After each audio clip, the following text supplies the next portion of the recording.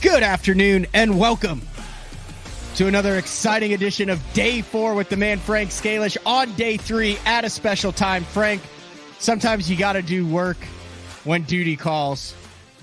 That and is you got a full plate and I've got a full plate. So we're racking out a live Day 4, number 110 on a Wednesday. On a Wednesday. It's throwing me off, man. It's throwing me off everything. What is it throwing you off on? Well, I have ice water in my coffee mug, which was the first thing. I went to take a sip of nice hot coffee and it's ice water. And we're on Wednesday instead of Thursday. And, that's what I'm saying. We're supposed to get rain starting tomorrow. And it's supposed to go all the way to next Thursday. That's 7 straight days of rain, Uncle Frank. Right. I'm building an ark. Jeffries would always say that. He'd be like, they're lining up 2 by 2. And then he would talk about something from the Wall Street Journal, and then he would complain about his internet, and then we'd start the show. Should I do that? They're lining up 2 by 2. That's perfect. You are a man of incredible routine, so thank you for stepping a little bit outside the comfort zone. That's okay. I can break routine. I don't like to, but I could. Easy. That's why I did it. Something you like getting in the routine of is catching giant smallmouth, and you have been doing that. Yeah, my boat's running really good, so I can venture out into the great unknown abyss.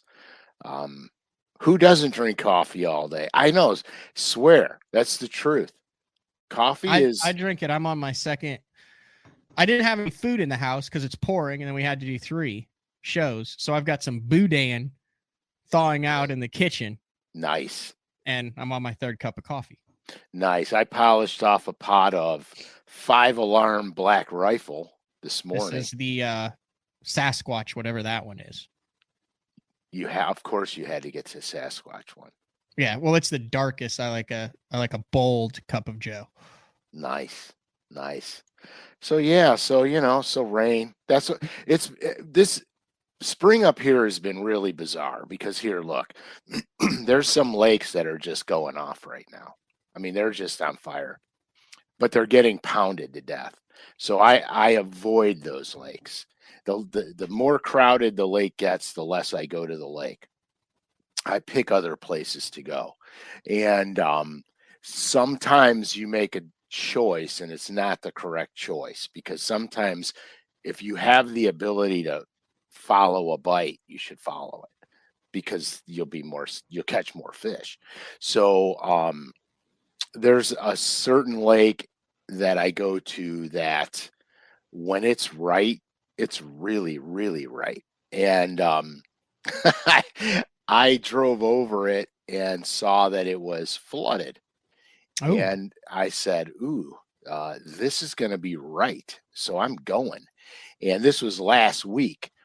Well, last week we had 2 days of a severe cold front. And we lost 10 degrees of water temperature in 2 days. That's not good. No. And I went there and it was not happening. I caught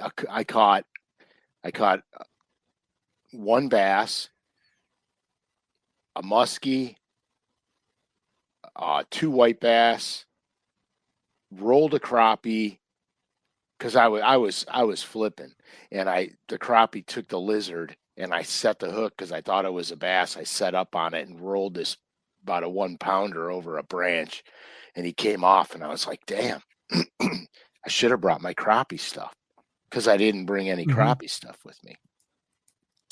So I am going to revisit this body of water because it's got to be getting right now.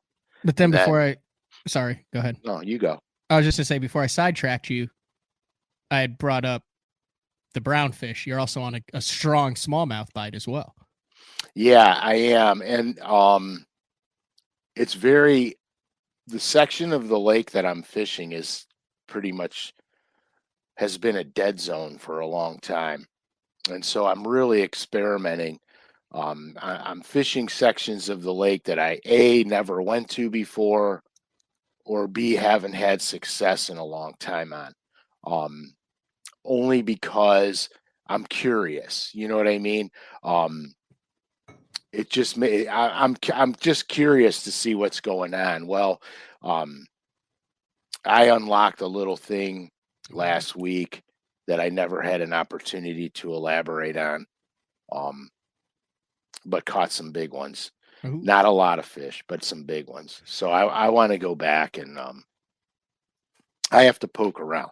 I have to see if I made a mistake and just didn't find numbers or if the numbers just don't exist there, because that's what happens a lot of times. They did a study on smallmouth, which was crazy, in the Great Lakes. Um, and they rarely move 5 miles to 7 miles from where they were born. And so when you have all these tournaments here and guys run down the lake, catch Mhm. fish, bring them up the lake somewhere else, you're talking sometimes you're running 40 miles. And so when you relocate those fish, they never go back to where they are, where they were, where you caught them. So a long time, when I was younger, there was sections of the lake everybody would run to, and we removed all the fish. I Yeah, it say takes we because generations. Right. I say we because I was part of the destruction, unknowing back then. We didn't have the knowledge Mhm. that we have today. Um, and so we literally took tons and tons of smallmouth and relocated them, and they never came back. And so I'm just like, sometimes I get a, a bee in my bonnet or a bug up my rear end, and I gotta figure something out. And so I'm trying to see how far I got to go to start getting into populations again. If there's any populations coming back where they weren't for the last 10 years. And so this is a good time of year to do it because all the fish are coming within range and I don't have to go out to 40, 50 feet of water to catch them. Um, and honestly, I don't even like catching them out there because when you're catching them, well, you can hurt them as deep as 28 feet, but when you get into the 30-foot range or more, most of those smallmouth are going to die from delayed mortality. So I don't even like fishing for them when they get out there. I know a lot of guys that do, and I try to explain to them that all the fish they just took pictures of for their Instagram are going to die. Um, but they don't, I mean, so it's weird. Smallmouth's weird. I have this. Um, I hold them in very high esteem, but I'm very respectful of the Mhm. animal. You know what I mean? I'm Well, very respectful that's of reasonable. I I just a picture over the course of a summer. You catch one off a shoal 40 miles away, hangs out outside the marina on the first little rock pile. A couple weeks later, whoa, Jim, what are you doing here? I don't know. How'd you end up here? I don't know. By the end of the summer, the whole gang's back together. them. Right. Yeah, The whole school's back there. whole damn family's back together out Right. there. It's just like where we were, except at a new place, and there's a lot more tubes. Yeah. It's just like where we were, only Yeah. different. Explain. I don't know if you've ever done that on the show. I remember growing up, going to Lake Erie with my uncle and my dad and trolling and stuff, and then doing a couple charters out there. But the dead zone thing, explain the Lake Erie dead zones. Are those still a real Yeah. thing out there? Like, what are those? Isn't it like an oxygen or a algae or something where there's literally like no fish in miles and miles and miles? Some of that happens with farmland runoff. The nitrogens, the fertilizers, they run into the lake. You have a massive algae bloom, and then the algae all dies, and then it sucks the oxygen out of the part of the lake.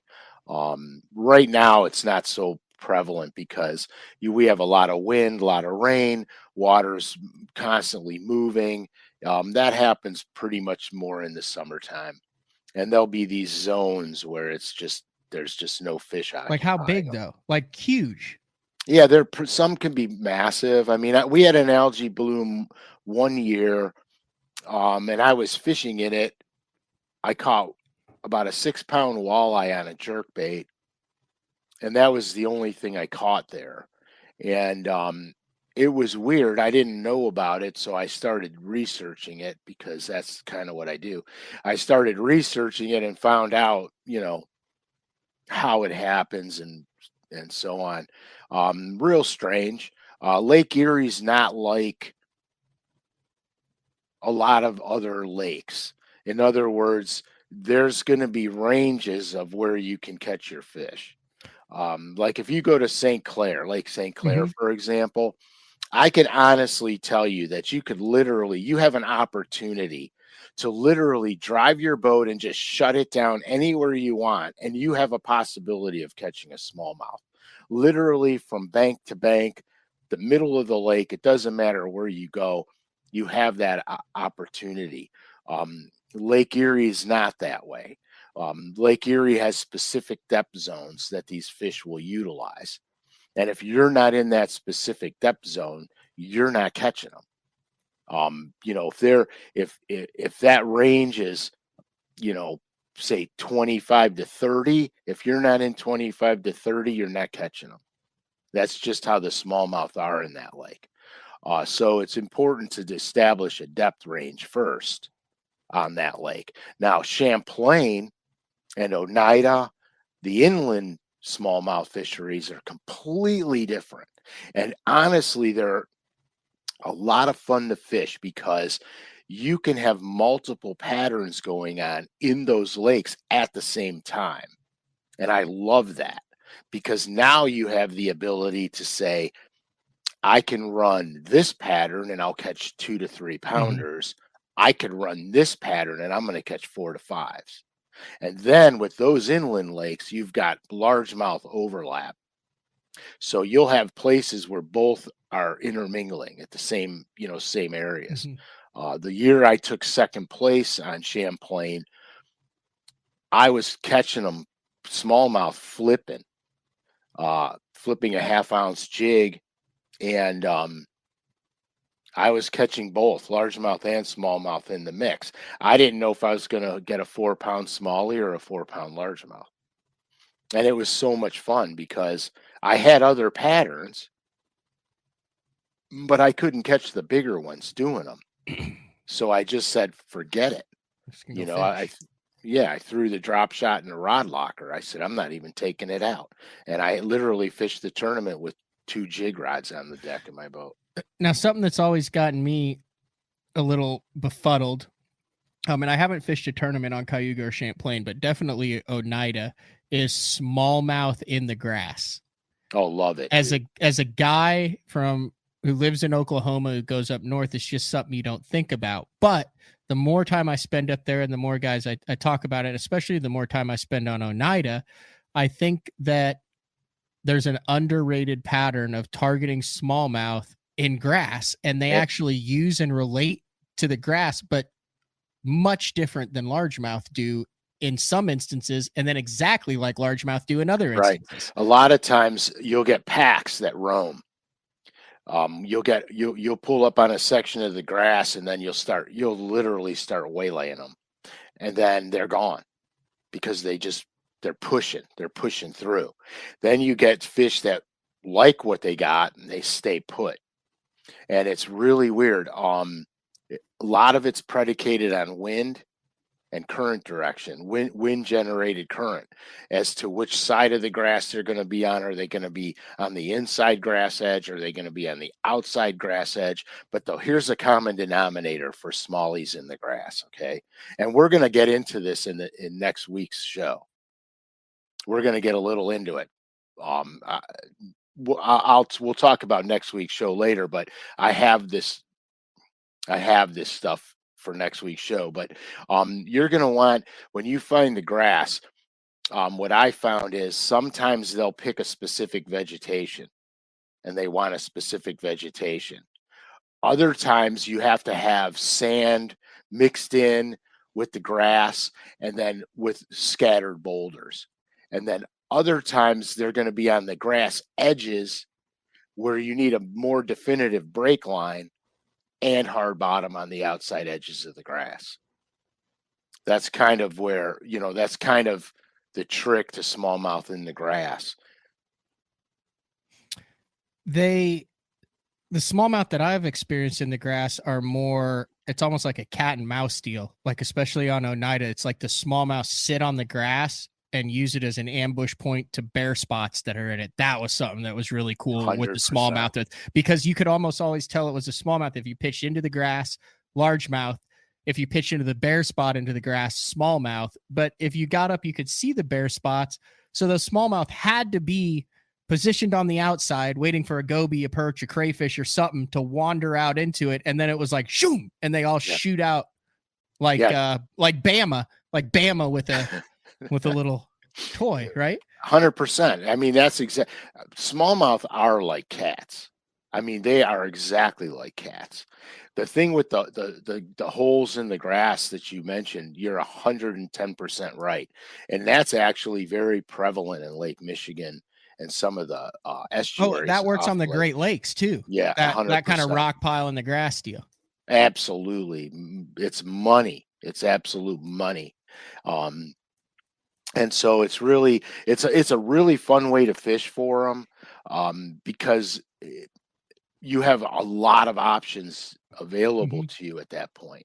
So it's really a great way to fish for them, which is kind of why I love those Finger Lakes. I love them, and especially Champlain, because I've done things on Champlain that, one day I'm drop shotting in 22 feet of water, and the very next day, I'm fishing frogs on grass edges.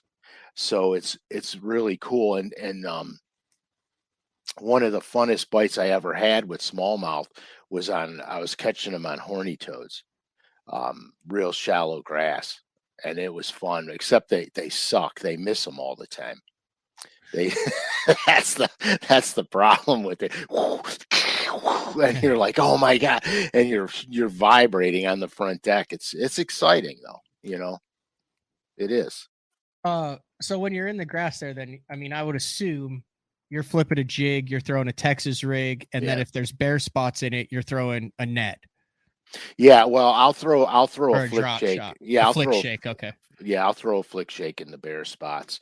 Um, but yeah, for the most part, my flipping game for smallmouth is pretty simple. It's a jig, spine craw, or a speed craw, and a lizard. Okay.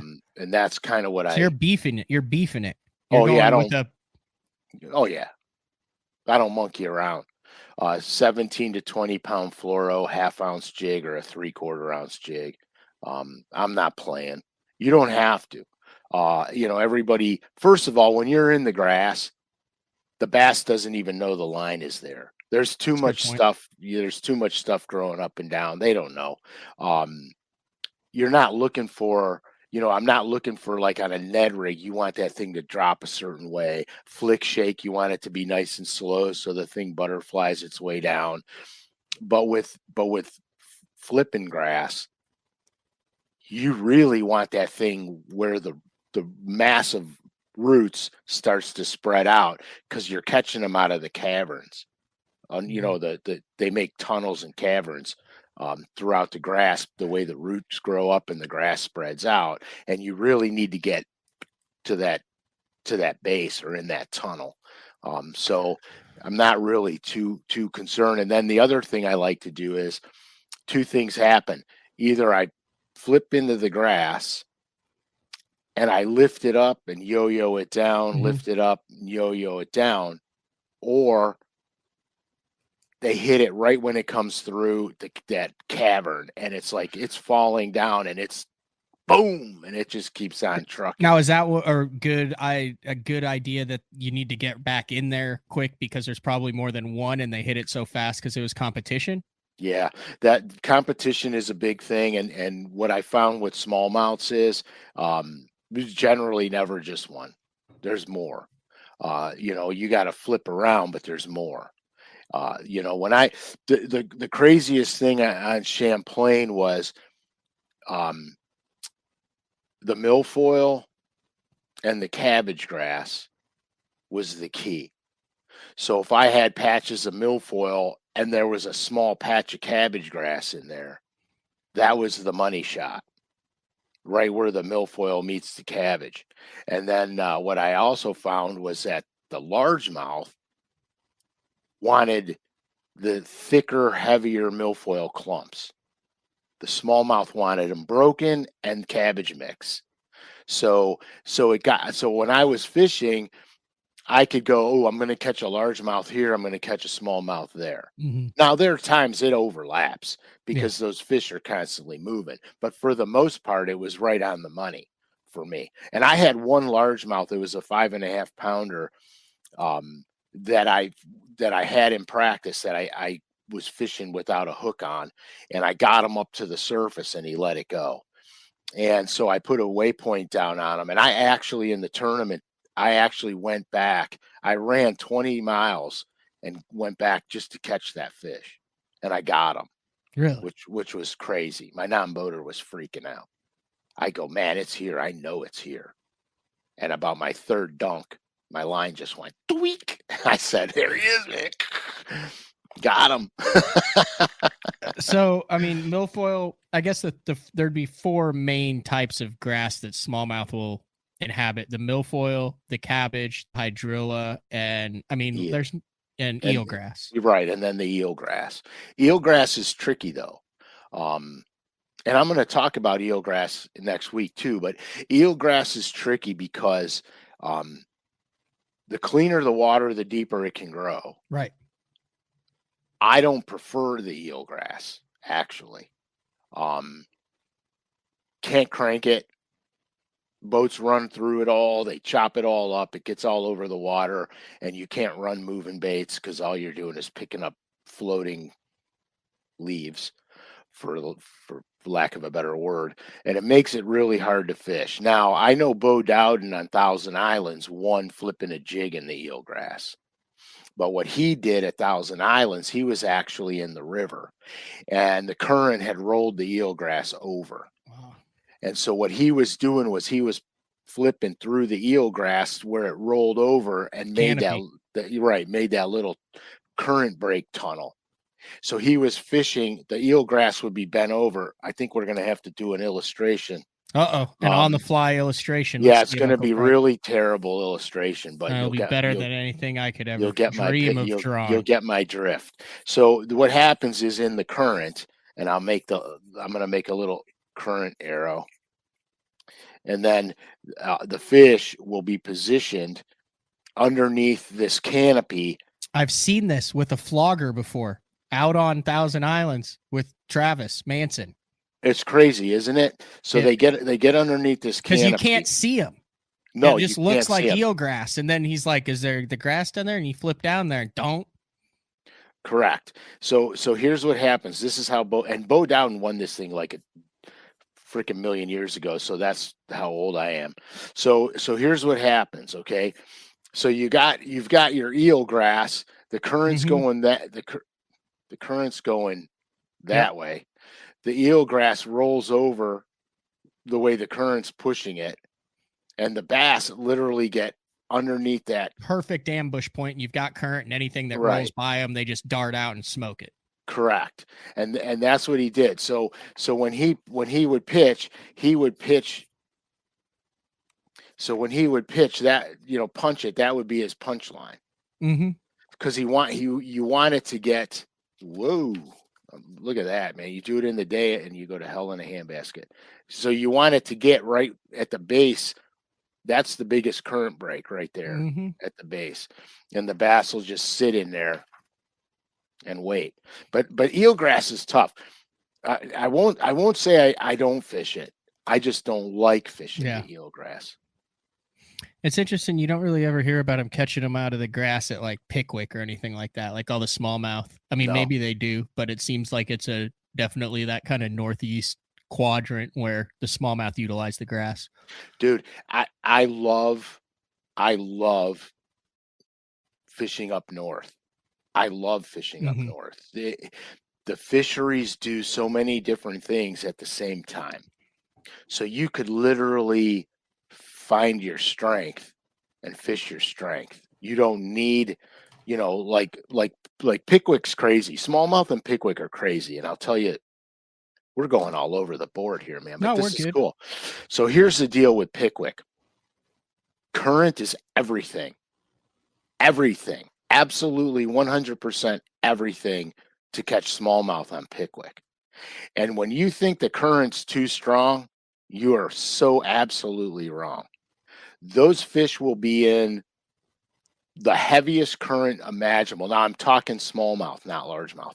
Those fish will be in the heaviest current imaginable because a boulder the size of a baseball will make a current break big enough for a 4-pound smallmouth to sit behind. Because as the current washes over that little boulder, there's the current break. Bigger boulders, like the size of, I don't know, a chair, for example, will have 2 current breaks on them. One directly in front of the boulder where the boulder meets the bottom, and the other one is behind the boulder. So it's really crazy, but you have to remember, the faster the current, the harder it is to get a bait to the fish. So you have to use, if you're bouncing bottom, you have to use heavier weights according to the current. But Pickwick's crazy. I want to go back to Pickwick, to be honest with you. I want to go back to Pickwick because there's things that I know now that I didn't know the times that I actually fished the lake. And I don't mean about the lake, I mean about the animal. So I want to go, How it behaves in the lake. Right. So I want to go back and correct. Okay. This, I believe, I have found an underwater illustration of eelgrass in current. 100%. That's and exactly if what I it does. zoom in on this more, I know this front one is you can see it, but I want to focus on this small one. Correct. Right back here, just because it's a perfect example. You can see a hard bottom, but what you're seeing right where that mouse is the shadow. Now extrapolate that to like a big chunk like this. Now you have a shadowy canopy that fish can tuck right in behind. Bait comes past, bait comes down. That's where that fish is. Not on this clump like this, but a bigger clump like that. Correct. You can just see the illustration of it. 100%. Is that accurate? That is 1,000%. I mean, it literally looks accurate. like you're drawing. Yeah, that's exactly what it does.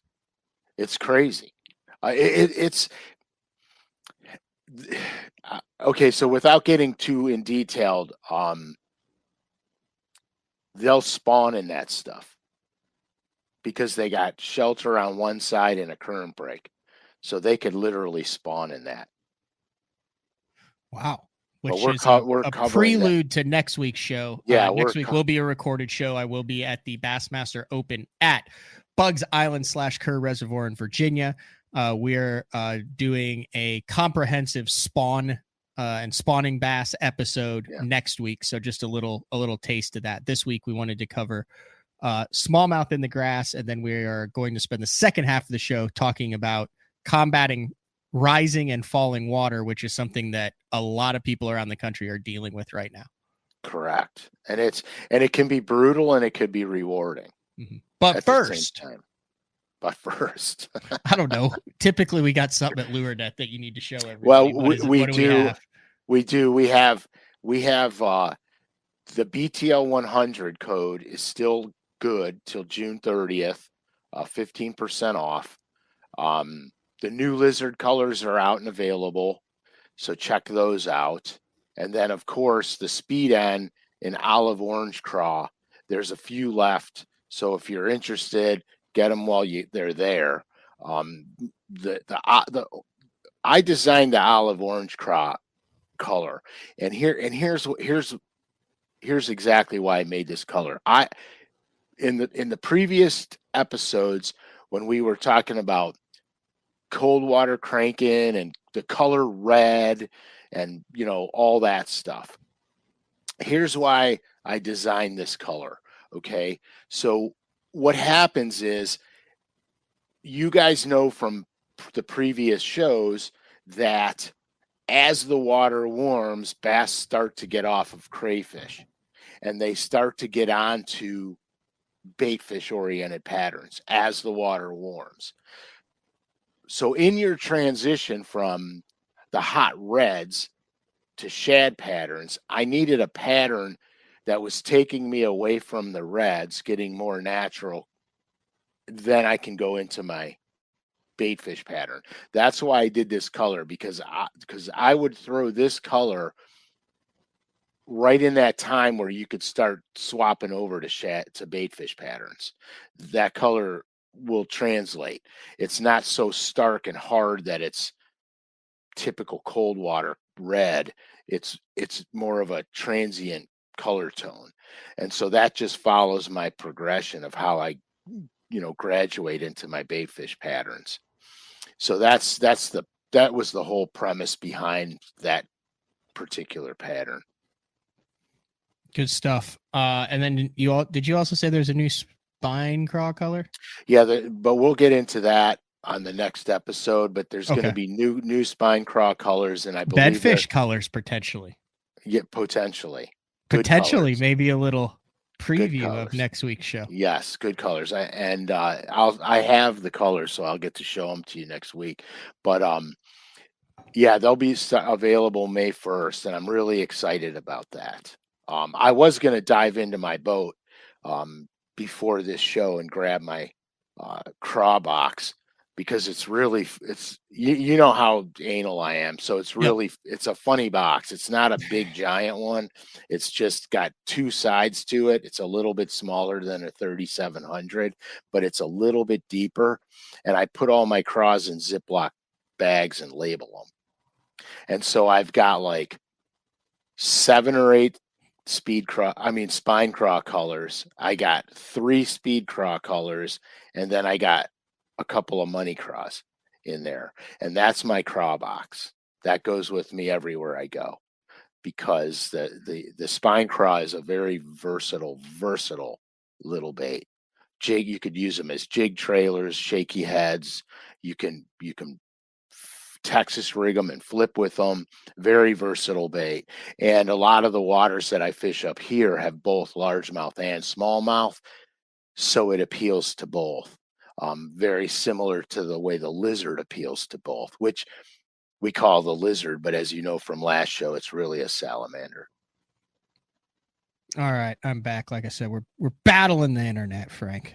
I can see you kind of like do a fade out on me. Yeah. When it's going to go, I know you're going. All right. Here's what I want to get into the second half. You mentioned 7 straight days of rain. I'm headed to Bugs Island. There's been a lot of rain that's coming down there. It's raining 3 days in a row here in Oklahoma. We've talked about fishing muddy water. We've talked about high water. We've talked about that. But there is a time period that is happening across a lot of the country, and that's right now, which is you've had some phenomenal fishing. You talked about the first part of the show, how you had phenomenal fishing. You had the fish located, then you had a drop. Same thing's going on in Oklahoma. Yep. First big waves on the bed. Now we're getting inches of rain. Right. What I want to dive into in the second half of this show is that first big influx of water event that happens across the country everywhere, and how you can somehow stay on the fish. I mean, you're in the prime of the year. You should be catching the most and the biggest fish. Right. And it seems like every year it's like, oh man, here comes 5 inches of rain and now I'm screwed. What are some things where if you've got to go fishing during this time period, you can at least up your odds and put yourself in a position to get a few bites under some adverse conditions, that first massive influx of water that comes every spring? Okay. So here, look, this is like a multiple part answer. Yep. Because there's a million different conditions. Not really a million, but a lot. So the first thing you want to realize is, like, here, our first high water episode occurred during our worst cold front ever.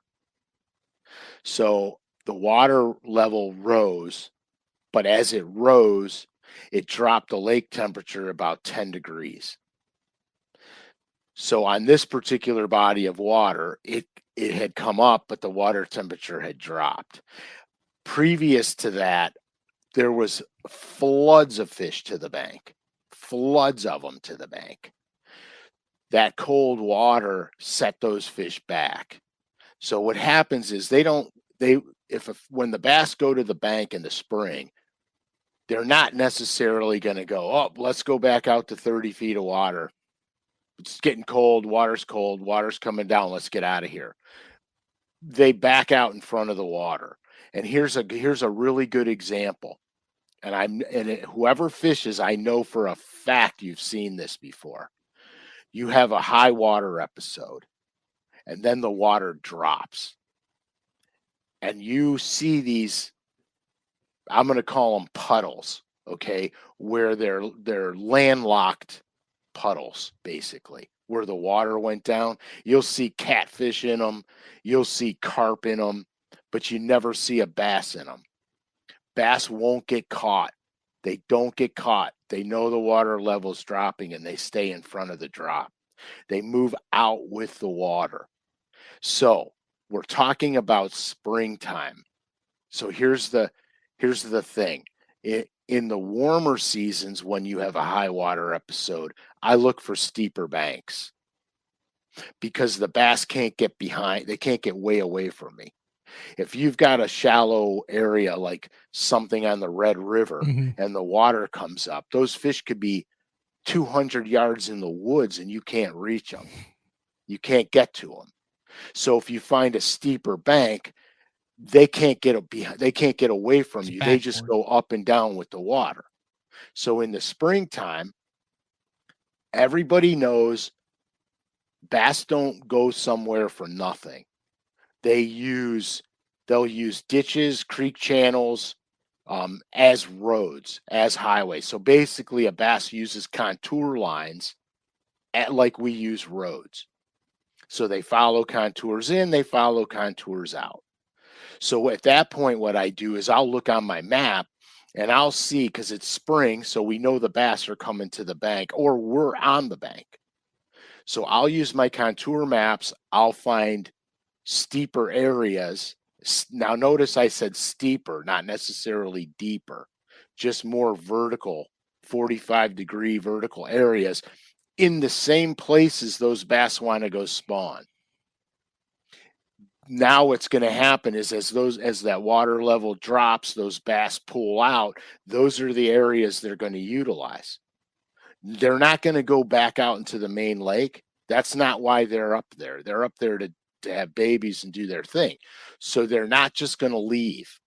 It's too late in the spring for that. Now where you guys are, it's too late in the spring for that. Where I'm at, it could happen on some of our colder water lakes. But most of our shallow lakes, they're already up there. So that's kind of how you put the high percentage in your favor. Can you get them on shallow flats? You can. But what happens as the water comes down on those shallow flats, the bass start to spread way out. They need some comfort. Their comfort is, I'm not going to get caught high and dry. So they're always going to be in front of the water level as it falls down. And that's the key in the spring. The other key in the spring is temperature. Was it warm rain or was it sleet and snow kind of rain? Because that's going to also give you issues. Because if it's sleet, snow, water temperature dropping, you got muddy water coming in the system, you're going to have to go more mid-lake to find cleaner water. You're going to have to get away from up the lake and start working your way down the lake to find cleaner water. Because cold, muddy water is a real problem early spring, unless the lake is always off-colored and dirty. Then it's not going to be as big of a problem. And obviously you're going to want to slow down then too if it's a sleet and rain. So a jig, mainly a jig. I would assume a jig or a Texas rig fish slow. Yes, that and slow roll a spinnerbait. This is when I'll oversize the blades on a spinnerbait so I could float them. I call it floating them. It's not, you don't really float them, but the blade size is so big you can creep them and they stay up in the water column. They don't want to fly to the top because you're super slow rolling them, and they won't sink to the bottom because of the double Colorados or the Indiana or the turtleback blade is going to hold them up there. You know, I'll do the same thing with a willow combo, putting giant blades on them. and then I can slow them way down on a lighter spinnerbait and keep them from wanting to drop on me. So to recap, you have fish in the pre-spawn that are wanting to get up there and spawn. You have what I like that term, a weather event. Water comes up rapidly, and now it's falling. Correct. Not ideal conditions. You have cold, rain, sleet. What I'm going to do is I want to first, I know I'm going to target the mid-lake section or a portion of that lake that is least likely to get blown out. Right. You want to be in the most stable water color condition. So I want a pockets or something that doesn't have a ton of inflow in the back that is just pumping ice cold water. Correct. So I'm looking for dead end stuff, or preferably mid-lake, good spawning habitat, and then I'm going to use my mapping. I'm going to use my eyeballs to determine areas that have a little bit deeper bank to where those fish can pull off. If I have everything I want, but it's 2 foot where my boat is 30 feet off the bank, that's no comfort. If it's 5 or 6 foot, little bit of stair step, and now I can follow those fish out. So now I've got a game plan on what I'm doing, where I'm doing it, how I'm doing it, and the fish that I'm targeting. Right. And here, you know what's funny? I learned this saltwater fly fishing. Really? Yeah. Here's the deal. When I would saltwater fly fish for reds and stuff, you play the tide. Obviously, the outgoing tide is the best tide because it's bringing the fish out to you. All right. The current movement is making them want to feed. But here's what I learned. You would see these grass flats and you don't see any tails, you don't see nothing. And then you come to a little run where all the current's ripping out of this grass flat because the tide's going down. It's got a very defined drain. Because of the water movement, it's probably got shells on both sides of that drain. But all them reds pool out to those little ditches and sit in the ditches. So it made it real easy because we just go down and you just fish where the drains come out of the flats. And it made it easy. That's how I learned this about bass. Because they won't get, you don't see game fish caught in puddles. That's a good point. You know, it's always some carp or drum up there going, oh crap, oh crap, oh crap. Oh, right. crap. How much time do I got left?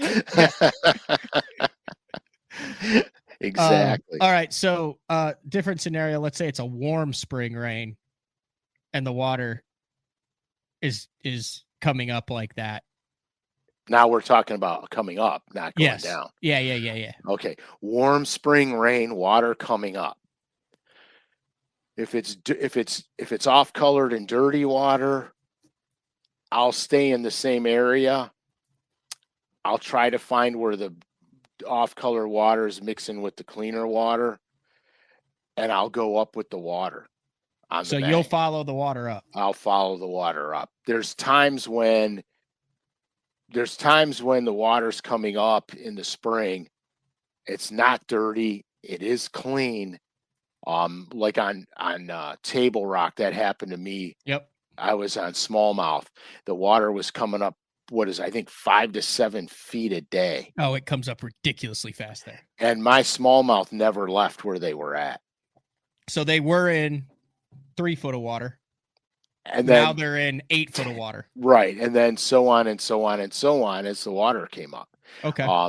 And so I had to make sure I knew how high that water was coming up, because if I got in front of those smallmouth, I couldn't catch them. You follow me? Were they on beds? No, they were getting ready. It was early spring. They canceled the tournament. It was the tournament they canceled. I remember that. I was catching, every time I shut my boat down, I could have had 18 to 22 pounds of smallies. Yeah. That's doing something. Oh, it was crazy. They were shutting that lake down, and actually I was catching them 12 to 15 feet deep. And by the last day of the tournament, they had so much water over them, it was like 28 feet deep. But I wasn't moving. I was still fishing the same areas. And what happened was I started running the pattern I got on it late the first day of practice, late. Ran out the next day to duplicate. The water had come up about 4 or 5 feet the first day. Realized that. Picked my depth range accordingly, and never hit the same spot twice. I was only looking for new stuff. And every time I would stop and shut that boat down, it was like I'd hook one, there'd be 10 with it coming. Oh, wow. With it. Yeah, it was ludicrous. And here I was using a 4-inch Yum Dinger on an 1/8 ounce jig head. Which this was before like everybody was doing the Ned deals. And so I ran into a buddy of mine, Mark, on the lake, and he said he'd been catching them, but he's focusing more on largemouth. And he mentioned the water coming up, and I said, yeah, it's ludicrous, dude. And the next day when I went out, the water was even way higher, and I started working my way back towards where we were going to blast off. Now I added that water level on to my game plan. I didn't realize how much the water came up on that second day. So I ran to a spot where I caught them before. Sat on my waypoint, threw up to the fish and caught them, and looked at my depth finder to see how much that water came up. So now I knew that I had to be in, I forget the exact depth now, but let's just say 22 feet. I had to be in 22 feet of water to catch the fish that were in 12. And so anyway, so I'm duplicating this pattern as I'm working my way towards blast off to where we were going to blast off. So the last day of practice, I launched the boat, and I can finish from where I'm, finish where I left off to just past where we're blasting off. And then I'll have dude, I would have had 40 spots to fish. Yeah. Okay. So I'm killing them. I run into Tucker the last day, and he goes, Mark Tucker. Yeah. He goes, you might, right. Ooh, that's a dandy. So, so Tuck tells me, he goes, dude, go home. They canceled the tournament. The lake's too high. No, you thought he was jacking with you. Yeah. So I go, come on, dude. He goes, no, they canceled the tournament, and you better head back, because did you launch by your hotel? And I go, yeah. He goes, you may not get under the bridge to get back. I go, dude, you're crazy. That bridge is like a mile above the water level. You're crazy. I told him, I said, I'm staying and fish. I said, you want to fish with me? Let's put your boat somewhere. We'll come back later and get it, and we'll go fishing. He goes, no, I'm getting out. I'm leaving. I said, okay, no sweat. So I'm still working my way back to where I put my boat launched, but now I'm catching fish, because I'm like, well, if the tournament's canceled, I'm going to just catch them. So now I'm crashing on them. Well, sure enough, I'm running to go to another spot that I hadn't fished yet. I'm kind of in my pre-fish mode, but I'm catching them now. Now I'm not leaving until I can't catch anymore. So I'm going to run to this one other place, and here comes Crete. Crete comes flying down. He sees me, he spins around. He goes, Scalish, man. He goes, they canceled the tournament. You got to get off the lake. The DNR is telling everybody to get off the lake. I go, dude, let's tie your boat up and come fish with me, man. He goes, are you catching them? I go, I'm absolutely throttling them. He goes, are you I go, no, I said, dude, I'm not kidding. I can catch them at will anywhere I want, as long as it's the right shit. So anyhow, so he goes, no, they're telling us to get off the lake. So I go, all right, I'll be, half hour behind you. I'm going to fish. I'm fishing. So I ran to another spot. I'm catching fish. I'm having a good time. I'm catching fish. I go. I said, I better get on the other side of the bridge, because I don't know how high the water is coming up. Mm-hmm. So I better get on the other side of the bridge. Dude, I got to that bridge, and it was like, holy smokes, man. I could get under it, but I could barely get under it. And I'm like, oh my God. So I said, I better just go. Okay, I better just go. So I run around the corner because I was right around the corner from where I put in at. And I'm the only truck in the parking lot. And my truck tires are in the water up to my rims. I'm like, what? So, and the DNR guy, when I came idling up, he was putting a chain link around the gate so you can't get to the ramp anymore. I'm like, dude, I idled right into the parking lot with my boat, and I tied it off to a guardrail. And then I jumped out in the water and talked to the guy. I said, open the gate, dude, I'm coming out. So he opened the gate. I literally got in my truck and drove my truck around to the road where the gate was at. And then because of the parking lot and then the road to the gate, and then it goes down to the ramp. So I just put my boat straight in the opening of the gate, and I mean my truck, and I backed the truck down till it was, till my trailer had enough water on it because it's flat where I was at. And then I drove the boat on the trailer, jumped back out of the boat in the water, locked it down, got in my truck and drove out. And the DNR guy goes, it's a good thing you came in when you came in, because your stuff would have been underwater because we're closing the gates. And then sure enough, that evening, Branson, Missouri flooded. All the water went over the dam and flooded out of Branson. It was crazy. That might be a top 5 Frank Scalish story, dude. I was literally crying. I was crying inside. Yeah, you were a lock for that. I know. You know what? I do know what 4-inch dinger you were not throwing though. Which one? You were not throwing the Northern Lights 4-inch dinger, because that is a new color available on lurenet.com, and it is a 4-inch exclusive. I was absolutely not throwing it. I'll tell you what color I was throwing. What? I was throwing green pumpkin purple. Not a surprise. Not a surprise. Green on just what were you Texas rigging it or just throwing it on an open jig head? So were you Ned rigging before Ned rigging was Ned rigging? Yeah, it was just on a little 1/8 ounce ball head. It's a Ned rig. Yeah, I'd fire it out there and just boom, let it go, and all of a sudden my line would go. But that water stayed clear, and it wasn't stayed clean. Getting never cold. got there. No. Yeah. No. But the bass, the smallies never moved up with the water, and Mark was catching largemouth, and his largemouth were moving up with the water. Moving up with it. So that's another way to do it. That's good stuff, Frank. Did you hear that thunder boomer? I heard something. That was thunder. Outstanding. That's good I couldn't hear it. I got guys working on the house next door, and all I hear is their stupid machinery. Oh, sometimes you got to take care of business. Yeah, which is, it's peaceful.